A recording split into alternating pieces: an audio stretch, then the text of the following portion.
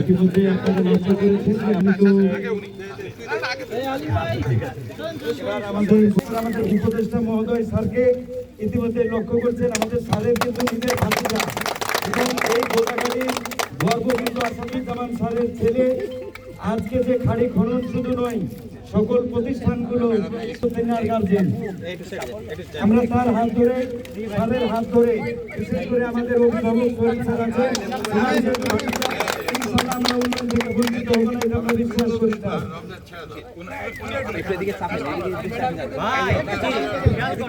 ইতিমধ্যে লক্ষ্য করেছেন জেলা প্রশাসক মহোদয় স্যারও, এসপি মহোদয় স্যারও আমাদের সবাই সকল ডিপার্টমেন্টের অংশগ্রহণ করেছেন।